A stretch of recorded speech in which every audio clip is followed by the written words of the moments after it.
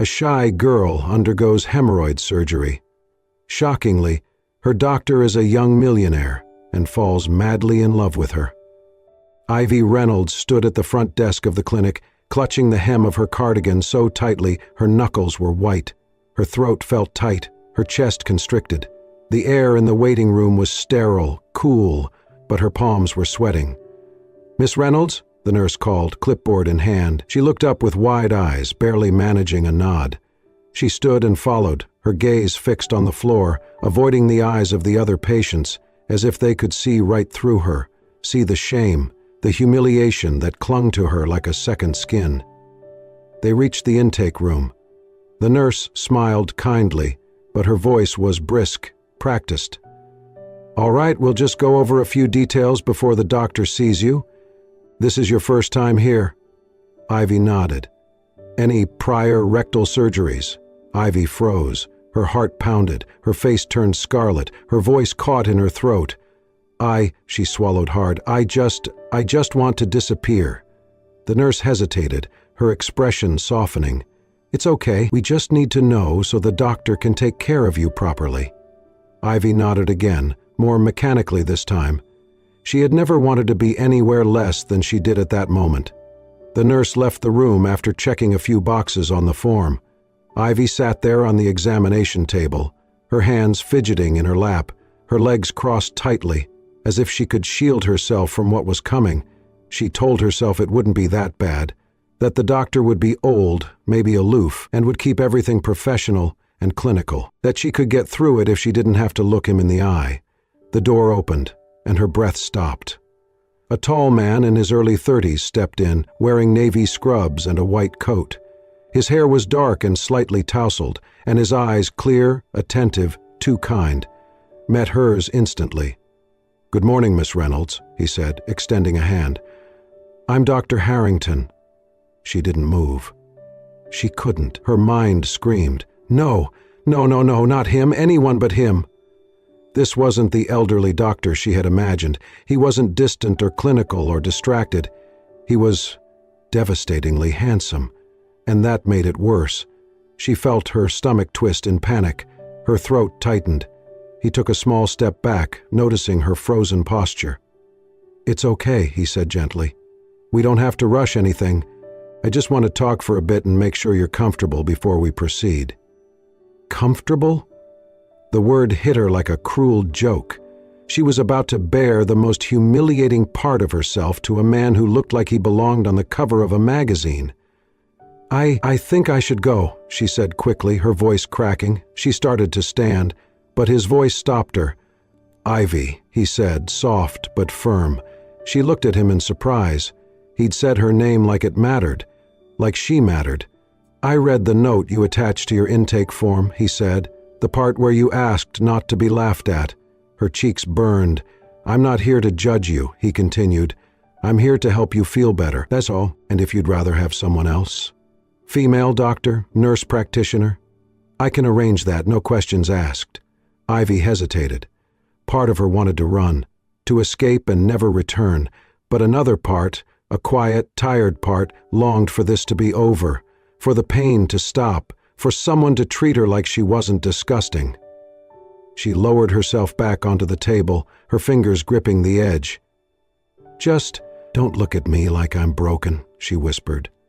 Lucas Harrington pulled a stool closer and sat at her eye level. "I won't," he said, "because you're not."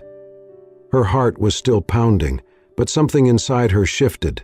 For the first time in years, someone had looked at her, not through her, not past her, not down on her, but at her. And she wasn't sure why, but that made her stay. Long before Ivy Reynolds ever sat on a clinic examination table, she had learned to sit with pain. Not just physical, but the deep, persistent ache of shame, of isolation, of never feeling like she belonged. It had started in middle school, the whispers, the laughter behind cupped hands, the cruel names muttered in the hallways. She didn't walk like the other girls. She shifted uncomfortably in her seat. Sometimes she winced when she bent down or moved too quickly. By 8th grade, someone had spread a rumor that she had butt problems, and that was all it took. No one wanted to sit next to her at lunch. No one invited her to birthday parties. She became the invisible girl who always wore long sweaters, who asked to use the restroom too often, who kept her head down and her voice even lower. Her mother, a kind but overworked woman who juggled 2 jobs, tried to be there for her, but Ivy never found the words to explain what was wrong. How could she tell her mother that something inside her felt permanently broken? By 16, Ivy stopped wearing dresses, stopped going to gym class, stopped dreaming about sleepovers or first kisses or summer swims. She found refuge in the corners of the school library, in the company of dusty books and the comforting silence of unread pages. When her mother died unexpectedly of a brain aneurysm, Ivy was 17. She didn't cry at the funeral, not because she didn't feel the loss, but because by then, she'd already learned how to live with a kind of numbness that blanketed everything. She moved in with her grandmother, a sweet, soft-spoken woman in her 80s who made tea every afternoon and let Ivy be as quiet as she wanted. It was the safest Ivy had felt in years, but safety, she knew, was not the same as connection. Books became her only constant. She read everything, from classic literature to medical journals. She could name every muscle in the human body but couldn't hold eye contact with a stranger for more than a second. After graduating with a degree in library sciences, she took a job at a small public library tucked between a laundromat and a coffee shop. She worked morning shifts, labeled returned books, and spent lunch breaks reading in the supply closet. She loved the solitude. And yet, the pain never stopped. It pulsed in her lower back, radiated through her hips, flared every time she sat too long. At night, she lay on her side in the dark, clutching a heating pad and whispering to herself, "One more day, just one more day." She Googled symptoms, read medical forums, downloaded ebooks on alternative healing, but she never made an appointment. The idea of telling someone, of being seen, was worse than the pain itself. Until, finally, it became unbearable, and she realized that her biggest fear wasn't humiliation. It was the possibility that she might never know what it felt like to live without this weight. That she would grow old carrying a pain no one ever saw. So she wrote a letter. A short, trembling note attached to her online intake form. It read, "I'm not looking for sympathy. I just ask, please, don't laugh when you look at me." It was the bravest thing she had ever written. The day of her appointment, Ivy almost canceled 3 times. She told herself it was a mistake, that she could survive this on her own, but something inside her, some small, persistent ember, held on. Because Ivy didn't want a perfect life. She didn't want fairy tale romance or grand adventure. She just wanted to sit in a chair, in a public place, and not feel like her body was betraying her. To laugh without fear of pain, to go to the movies without silently counting the minutes until the credits rolled so she could finally stand. Her dream was simple. One day, she whispered into her pillow the night before the appointment, just one day where I can sit as long as I want and not hurt. She never imagined that this quiet, broken wish would be the beginning of everything. Lucas Harrington never wanted to be a millionaire. He simply was one, by birth, not by choice. His family owned one of the most prestigious private hospital groups on the East Coast. His father, a decorated heart surgeon and business magnate, had expected him to follow in his footsteps, not just in medicine, but in prestige, expansion, and legacy. Lucas, however, had different plans. At 22, he graduated summa cum laude from Harvard. At 26, he finished his residency with high honors and multiple fellowship offers from institutions across the country. He could have picked any glamorous specialty, cardiology, neurosurgery, even plastic surgery, and been set for life. But instead, he chose colorectal surgery. People scoffed. Even his father asked bluntly, "Why would you waste your potential on that part of the body?" Lucas didn't answer right away. He never did when it came to his mother. She had been the quiet force in his life, soft-spoken, bookish, the kind of woman who brought flowers to nurses and remembered janitors' birthdays. When she started showing signs of illness, fatigue, unexplained bleeding, stomach pain, she'd said nothing, not even to Lucas, who had already been in med school. "I was just embarrassed," she had whispered from her hospital bed. "I thought it would pass. I didn't want anyone looking at me like I was broken." By the time she was diagnosed with stage 4 colorectal cancer, it was too late.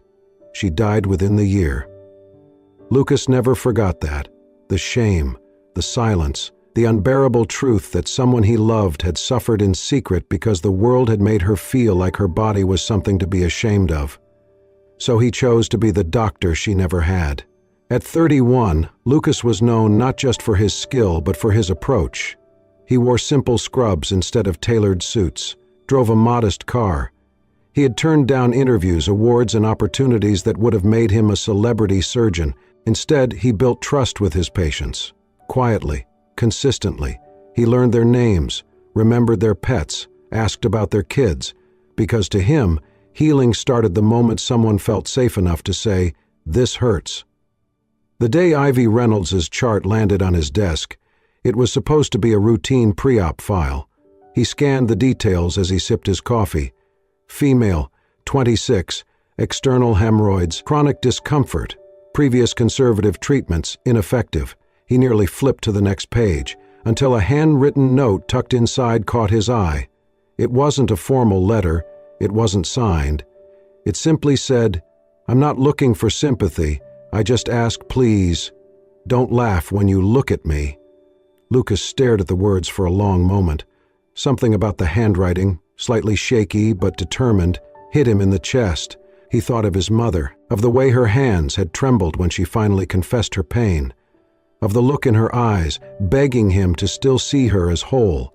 He closed the file slowly. This wasn't just a surgery.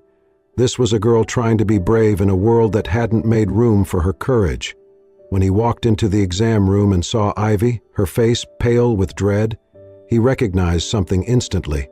Not in her physical form, but in the way she gripped the edge of the table, the way her eyes darted away from his. Shame, raw and human.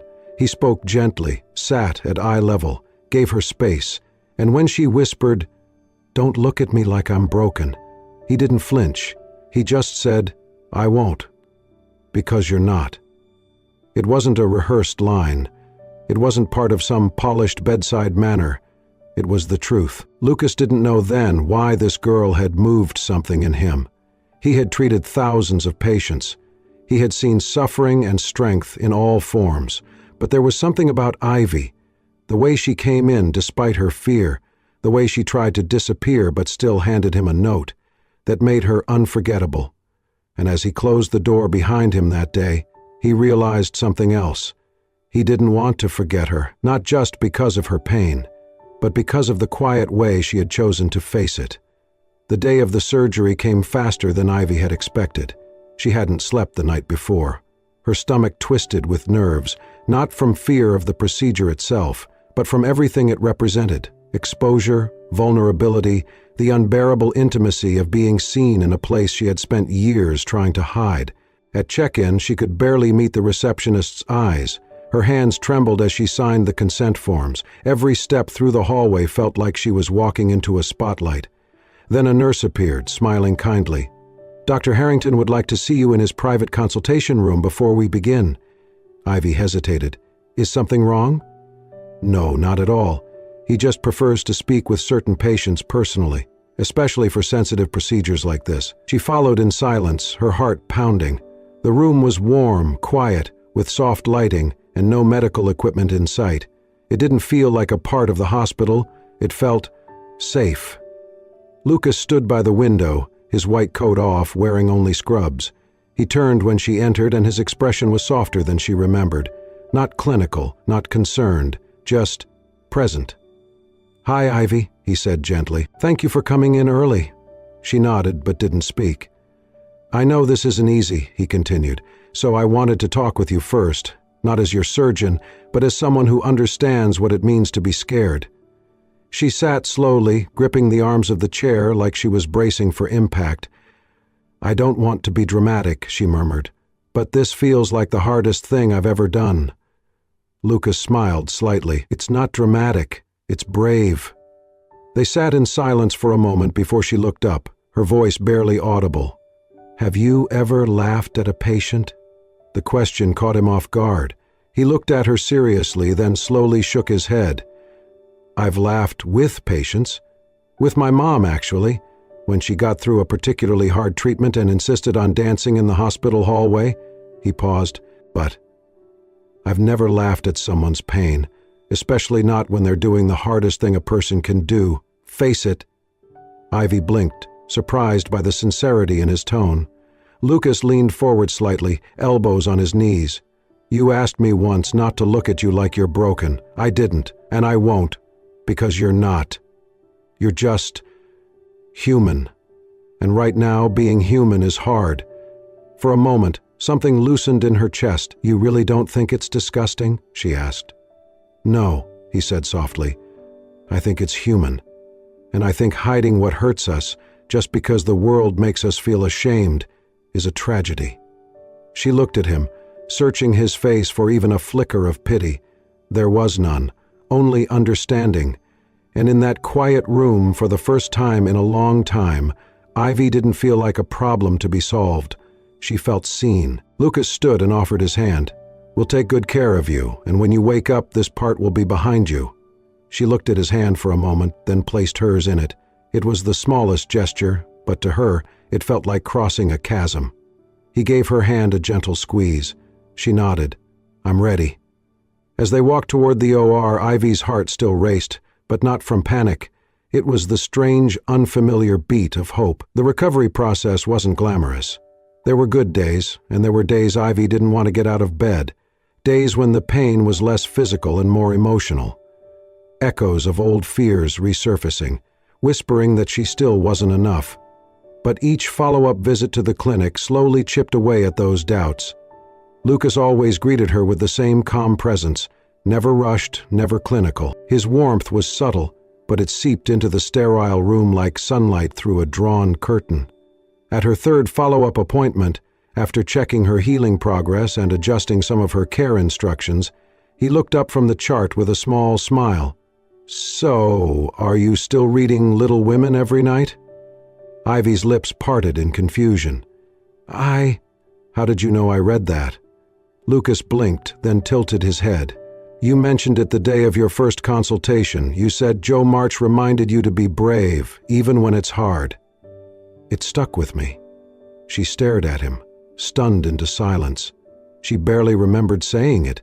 It had been a throwaway comment, uttered between nervous breaths while adjusting the sleeves of her cardigan, and yet he'd remembered. No one ever remembered things like that, not about her. Ivy suddenly found it hard to swallow. The moment sat heavy in her chest, not uncomfortable but unfamiliar, like being noticed for the first time in a way that didn't make her want to disappear. Lucas stood to wash his hands, glancing at her through the mirror. "She's your favorite character, right?" Ivy nodded slowly. "She always felt like the girl who wanted more but was afraid of wanting too much," she said. That resonated. Lucas smiled faintly, turning back to her. "You don't seem afraid now." "I am," she said softly, "but I don't want to be anymore." After the appointment, she lingered in the hallway longer than she meant to. He walked her out as usual and held the door just a moment longer than necessary.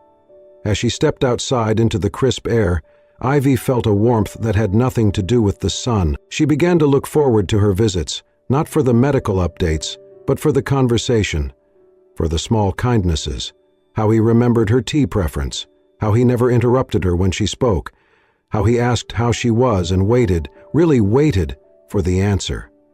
During one visit, Lucas noticed a worn paper bag peeking out of her tote bag. "New book?" he asked. "Old favorite," she said, blushing. "I reread books a lot. They're safe. They don't change on you." Lucas considered that. "I think people can be like that too," he said, "if you let them." That night, Ivy found herself writing in her journal for the first time in years, not about pain, not about shame, but about possibility. She wrote, "He listens, not because he has to, but because he wants to. And I don't know what to do with that kind of attention." Lucas, too, felt something shifting. With Ivy, he didn't feel the weight of expectations. She didn't care about his last name, his resume, his fortune. In fact, she barely asked about his life at all. But when she did, it wasn't to admire. It was to understand. One afternoon, as they wrapped up another check-in, Ivy asked him, "Why this field? You could have been anything." Lucas paused, then answered honestly, "Because people ignore their pain when it's embarrassing, and I wanted to be someone they could trust not to turn away." He didn't say it for effect. He didn't even meet her eyes when he said it. But Ivy looked at him differently after that, not as a doctor, not as a man, but as someone who had chosen to see what the world often overlooked. And maybe that was what made her feel safe, because for the first time in her life, Ivy wasn't invisible. She was seen. The clinic room was quiet except for the soft ticking of the wall clock and the gentle scribble of Lucas's pen across Ivy's chart. It was a routine follow-up, her sixth by now. The air between them had grown more familiar, less clinical. She no longer clenched her fists or avoided his eyes, and Lucas, he no longer looked at her like a patient. That day, while he stepped out briefly to check on a scan, Ivy's gaze wandered around the room. She'd never really looked before, not because she wasn't curious, but because being in a medical space had always made her retreat inward. But now, her eyes caught a photo on the bookshelf. It was framed simply, sitting beside a worn copy of The Art of Compassionate Care. In the photo, a younger Lucas stood with his arm wrapped around a woman, elegant, warm-eyed, with a scarf wrapped around her head. She was smiling, but there was a fatigue in her face Ivy recognized too well. When Lucas returned, he followed her line of sight and smiled gently. "That's my mom," he said, walking over. Her name was Eleanor. "She's beautiful," Ivy said softly. "She was," Lucas nodded, "and strong. So strong." Ivy hesitated, then asked, "Was she sick?" Lucas didn't speak for a moment. Then, with the kind of quiet honesty he always seemed to carry, he said, "She had colorectal cancer. Stage 4 by the time we found it." Ivy's eyes widened. I'm so sorry." "She hid it," he continued, "for months, maybe longer. She thought the symptoms were just stress, or aging, or too embarrassing to talk about." He sat down beside her, his voice lower now. She kept brushing it off, even when the pain started, even when she couldn't sit through a full dinner. Ivy's throat tightened. "She didn't want anyone to look at her like she was weak," he said. "Especially not me. And when she finally did go to the doctor, it was too late." Ivy didn't realize tears were welling in her eyes until one slipped down her cheek. She wiped it quickly, murmuring, "I'm sorry, that's so unfair." Lucas nodded. "Yeah, it is." There was a long pause filled with the kind of silence that isn't empty, but heavy with the weight of shared understanding. "I used to think the same thing," Ivy whispered. "That if I just ignored it long enough, if I hid it well enough, maybe it would go away. Maybe I would go away." Her voice broke on the last words, and Lucas turned to face her fully. "But you didn't," he said gently. "You stayed. You showed up. That matters." Ivy looked down at her hands, twisting them in her lap. "She was scared," she said. "Just like me." "Yes," Lucas said. "But you did something she never got the chance to. You asked for help even when it terrified you." Their eyes met, and for a moment neither of them was a doctor or a patient. They were just two people who had loved and lost and learned to live in the aftermath of fear. Lucas reached for a tissue and handed it to her. "Thank you," she said, her voice barely audible. He didn't respond right away. He just sat with her, letting the quiet be a balm rather than a burden. Then he said softly, "I think she would have liked you." Ivy smiled through her tears. "I think I would have liked her too." They sat like that for a while, no need for more words, because somehow in their pain they had found the same language, and it spoke of healing, not just of the body, but of the heart. It had taken Lucas weeks to write the letter, not because he didn't know what to say, but because every time he tried, he found himself walking the tightrope between his duty and his heart, between professionalism and something far more personal, more dangerous, more real. Ivy had made incredible progress. Her recovery was nearly complete. Her confidence, once buried under layers of shame, now peeked through in the smallest but most beautiful ways, like how she no longer looked at the floor when she spoke, or how she sometimes let her smile linger just a second longer than before. But Lucas knew the boundary was there, and he could no longer pretend it hadn't blurred, so he stepped back. He reassigned her post-op care to another physician, leaving a note with the front desk and a sealed envelope addressed to Ivy. Inside, on a single sheet of paper, he'd written, "Ivy, you are no longer my patient, which is the only reason I'm writing this, because I didn't want my care for you to ever be confused with duty or ethics or the Hippocratic Oath. What I feel has nothing to do with my title or yours. The truth is, I don't want to heal you anymore. I just want to be near you, not because you need me, but because I need you. If you feel the same, if there's even the smallest part of you that wants to be seen not as a patient but as a person, I'll be here. No lab coats, no charts, just me." Lucas, when Ivy read the letter, she sat motionless for 10 full minutes. Then, slowly, she folded it in half and tucked it into her coat pocket like a secret too fragile for the world to see. That evening, after the library closed, she walked to the clinic. The lights were dimmed, the lobby quiet. She took the elevator up to the rooftop garden, Lucas's favorite place, where he often went to clear his mind. A small sanctuary above the noise of the city. When she stepped onto the rooftop, she found him there, watering a small bed of herbs near the railing, back turned, unaware. Her voice was shaky, but steady enough to reach him. "I got your letter." He paused, set down the watering can, but didn't turn around.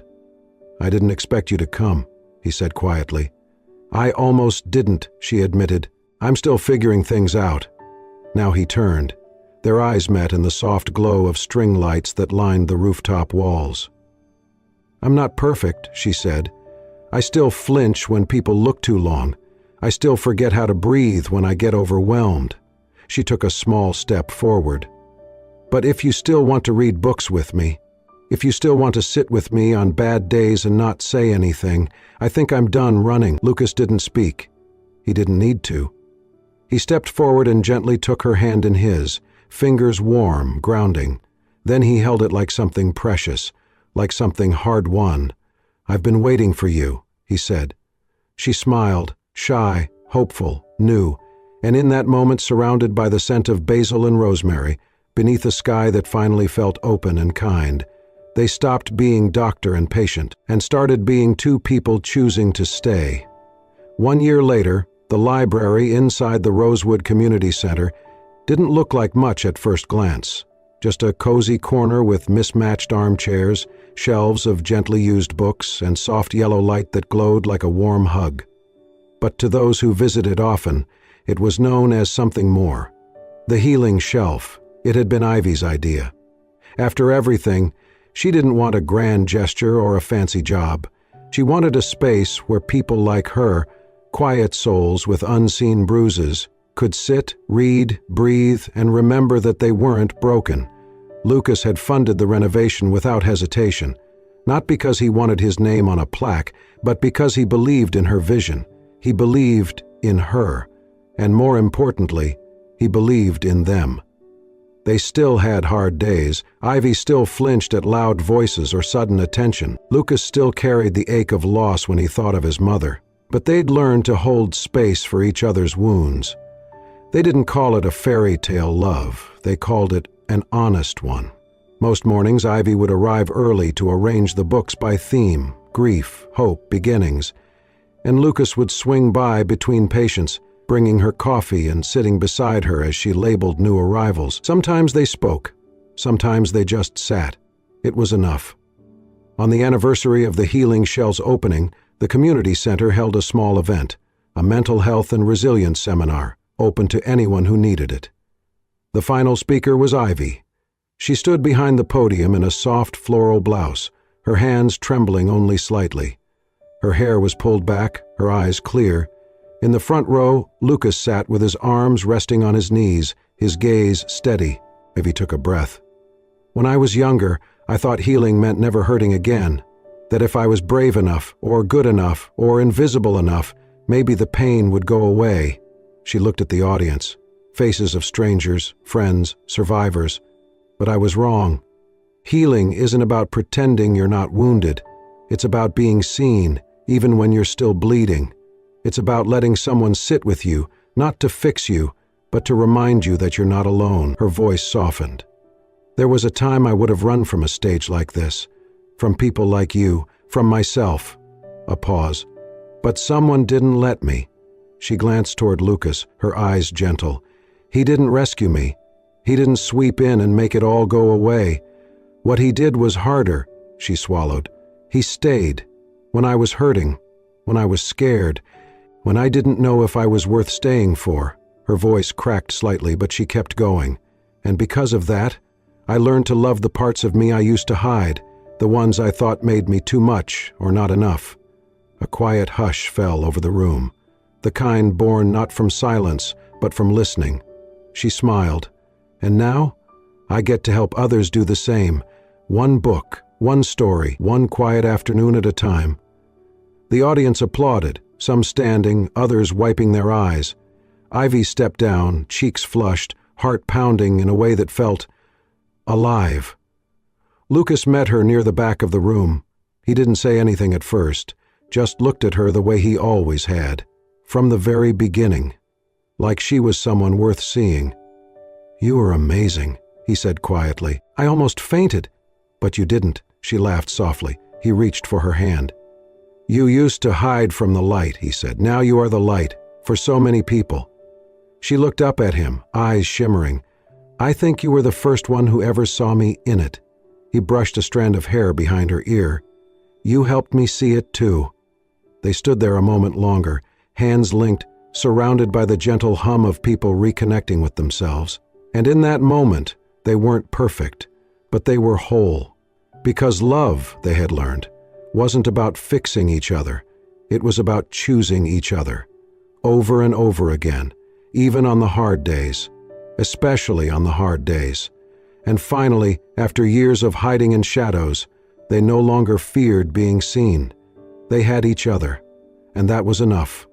Sometimes, love doesn't arrive in grand gestures. It arrives in silence, in stillness, in the soft miracle of being truly seen.